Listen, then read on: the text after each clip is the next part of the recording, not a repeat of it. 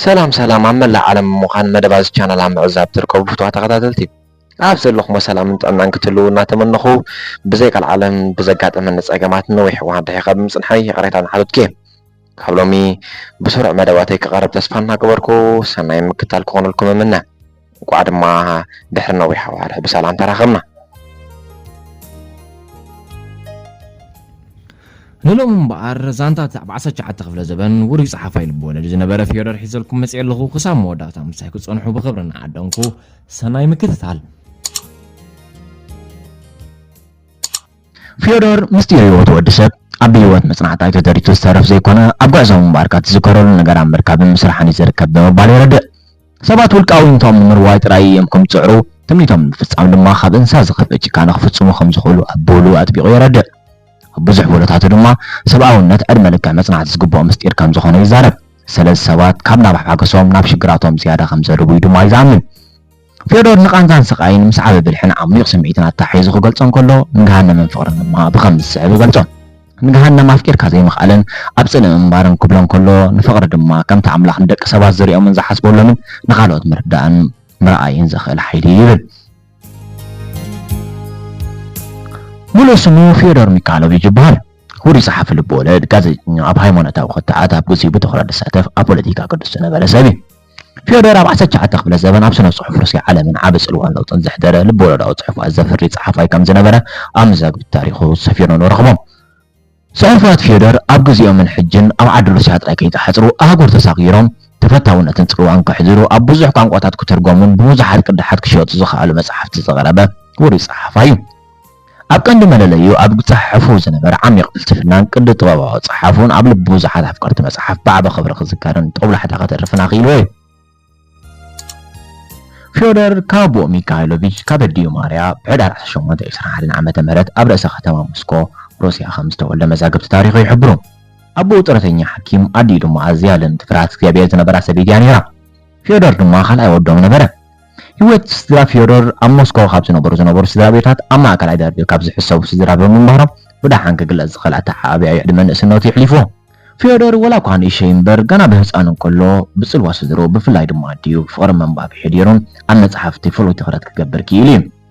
فلما بناي جزاء ماران تمرتي كانت كوانت نبرة بقوم خلص سلازيكل دحيرو مسعب حو أبتشعر حان كابز حساب عزنا براي داري بيت مرت تلاقيهم أو سنة فتاتهم كان تخطاتله تاريخ فيودور حب فيودور جنا ودع شش عملت كتتين كل دماء نهيوت بدو هاري لسفلهم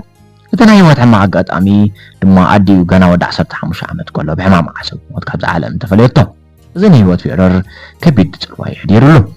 أبي مروزة ترفوسن برات دما حبين يرو بس دما متعديو بزح خسيرو أب حزن شيء وكان تقنا نفس خفتشم بقول عقد نتنن كم زحق وزر ما يو أب صحفات وزنقر دحر متعدي فيودور نوي حكيت أنهم صعب حوم كأل نفس أنت بيترسبرغ زنبرنا وتهدر عم هندسنا تكلم مزقة يتمرتي كتما قيسي هوات كتسأله هوات فيودور جن كتما مسكيرون تراجيرتات كم انقادو اي بلدن دارغل تحمد متعدي شعبو أبوون بوغع لبا أمسكو 5 على ملأخت موصو زين فيودور كبير سنبادة خطرولو ولكن متعبو بوغع لبا 5 خونة تتنقرا نسوني هواتن جن بيرسا كم تقاتل يمزعهم لزنورو كابتا بقيسو بس تسألين كخواني خيل فيودور أبو زو حكمتو بزعب أقامان انقتلاتن سافي حسنو لبونا وتنتنام حسابا يخرب نبرن قال بزعبا جبن صحافون متقاس كم زمان بالحسابي يقرب كاب جبن رحاو ساب جبن كفتسن كله بقدام من أوتونوكسي يزقد مالت زول صباحراتي يخسر جبن زفتس مسب زر أنا كركب نتابع سبات يترى عالم يزطفئ جبن زفتس مسب كم سبات كحبان نسبات كتالن كم سبات قاعدين يعني نخيل خون كاب جزانو سحلن ونجن كهدم زخلن كحبا زخلن سبيلن نخالوتنا دناجرن جزانو بسوق عسن كدناجرن جن بفتص ما يكالن يبل فيودور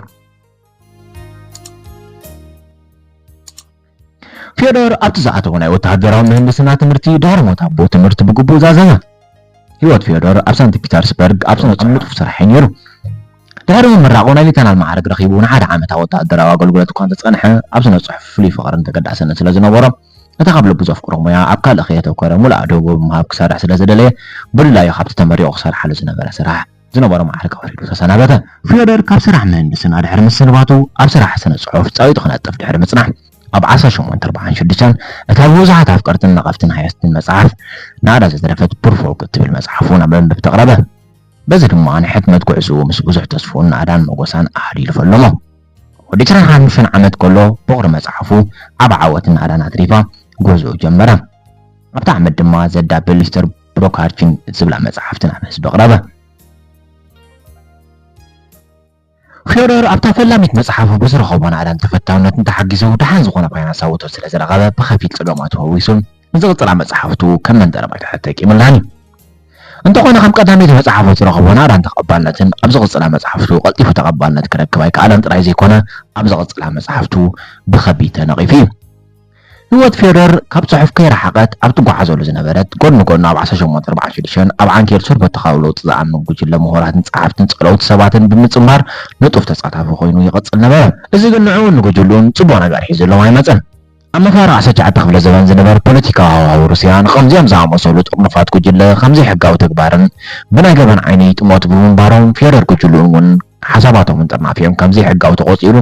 ብኣሸባርነትን ፖለቲካዊ ምንዓብን ተኸሲሶም ተዳወኑ። ን18 ወርሒ ኣብ እስር ቤት ብምዃን ፍርዶም ክጽበዩ ድሕሪ ምጽናሕ ኣብ ኣደባባይ ናይ ሞት መቕጻዕቲ ክቕጽዑ ተፈርዱ። ኮይኑ ግን ኣብ መወዳእታ ደቂቕ ውሳነ ክፍጸሙ ኣብ ዝቀራረበሉ ዝነበረ እዋን ብዝመጽእ ሓድሽ ሓበሬታ ፍርዱ ተቐይሩሉ ህይወት ፊዮዶር ካብ በዓር ምጥፋእ ድሓነት። እታ ህይወት ፊዮዶር ንምጥፋእ ቀኒዓ ዝነበረት ብረት ድማ ስርሓ ወንዘፈት። ብኸምዚ ድማ ፍርዲ ፊዮዶር ካብ ሞት ናብ 4 ዓመት እስር ቤት ኣብ ሰርቢያን ክጸንሕን ድሕሪ ድማ ብግዴታ ንዘይተወሰነ እዋን ኣብ ውትድርና ከገልግልን ተወሲኑሉ ናብ እስር ቤት ተላእከ። ኣብቲ እስር ቤት ድማ ህይወት ፊዮዶር ብብዙሕ መዳይ ተለዊጡ እዩ። ብፍሉይ ድማ መንፈሳውን ፍልስፍናውን ዓብዕ ቤት ኣመስጊቡ እዩ። ኣብ ጽሑፋዊ ዕዩ ኣብ ዝቕጽላ መጽሓፍቱ ከም ተቐሶ ብዙሕ ጠብላዕሳን ሕማቕን ጽቡቕን ዝኽሪ ከም ዝገደፈሉ ኣይሓበን። ኣብቲ እስር ቤት ሓንቲ ከንብብዋ ትፍቀደሎም ዝነበረት መጽሓፍ ቅዱስ ሓድሽ ኪዳን ብምንባራ ኣብ መንፈሳዊ ዕቤቱ ሓያል ተራ ምጽዋታ ጥራይ ዘይኮነን ኣቐዲሙ ዝነበረ ተሓሳስቡ ብዓቢ ቀይርዎ እዩ።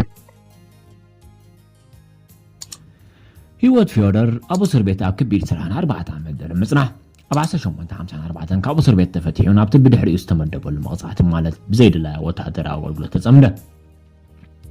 ን16 ዓመታት ወታደራዊ ኣገልግሎት ድሕሪ ምጽናሕ ኣብ ወታደራዊ መቕጻዕቲ ብውግዕ ተፋንዩ ብድሕሪኡ ድማ ኣብ 1859 ናብ ሴንት ፒተርስበርግ ክምለስ ተፈቕደሉ። ብኸምዚ ድማ ድሕሪ ብዙሕ ስቃይ ወረደይብን ህይወት ብመጠን ህይወት ፊዮዶር ናብ ንጉስ ተመሰለ። ኣብ ዓዱ ተመሊሱ ምስ ዓባዓው ሚካኤል ክልተ ዓብ ጽልዋ ዝነበረ መጽሔታት ክኸፍት ክኢሉ እኳ እንተነበረ እንተኾነ ግን ንሰን እውን ብተቃውሞታት ዝመልኦ ጽሑፋትን ካልእ መምርሒታትን ብዙሕ ከይሰጎማት ዓጽዋ።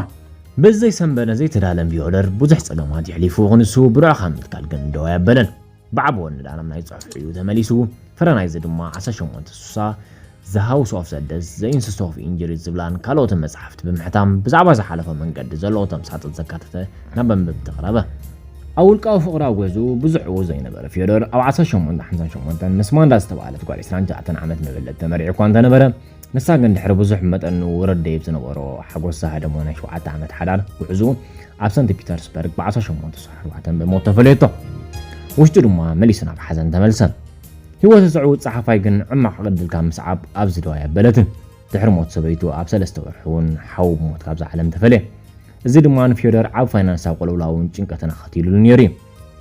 ወይናቱ መላይ ስድራ ሓው ኣው ሙዳቑ ከይኣክል ብብዙሕ ቁማር ምጽዋት ከዘውትር ስለ ጀመረ ከቢድ ክሳራታት ኣስዒቡሉ ጥራይ ዘይኮነ ዝተለቁሕ ገንዘብ ልዕሊ ዓቕሙ ኸደ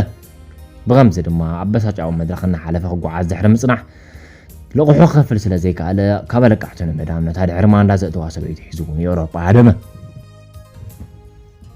ኣብ ኤውሮጳ ዝሕልፎ ዝነበረ ህይወት ኣዝዩ ድኽነት ዝዓብለሎ ቦልፉ ቁማር ነሳቀያ ከቢድ ፋይናንሳዊ ማሕቆጣጣት ይብሕሰም ነበር ነበረ ኣብ ዝተሓተ ደረጃ ሙራዱ ከይኣክል መሰረታዊ ጠለባት ናይ ህይወት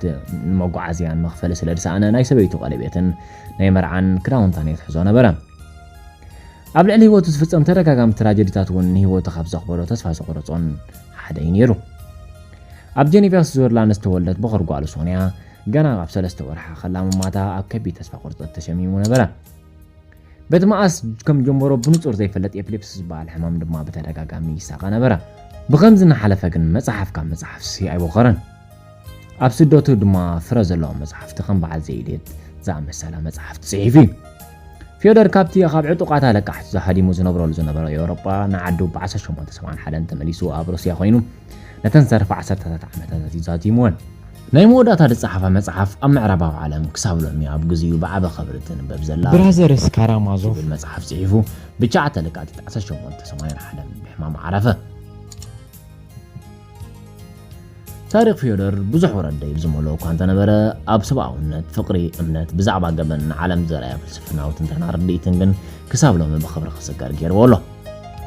ጸጋ ህይወት ኣብ ገዛ ርእስኻ እምበር ኣብ ግዳም ትርከብ ኣይኮነትን ኣብ ማእከል ደቂ ሰባትና ነበርካ እንታይ ዓይነት ሕማቕን ጽቡቕን ዕድል ነጋጥመካ ኣብ ዘይገድስ ንዘለዓለም ካብ ኣምሶልነት ርሒቃ ሓደ ኾንካ ምጽናሕ ንባዕሉ ጸጋ ህይወት ይብል ገለ ካብ ብሎ ፊዮዶር ብምባል ድማ መደበይ ኣብሰዚም ኣለኹም ንስኹም እውን ብዛዕባ ፊዮዶር ዘለኩም ሃናፀ ርእይቶ ኾነ ሓሳብ ኣኮመንት ተቐምጡ ሰናይ ቀና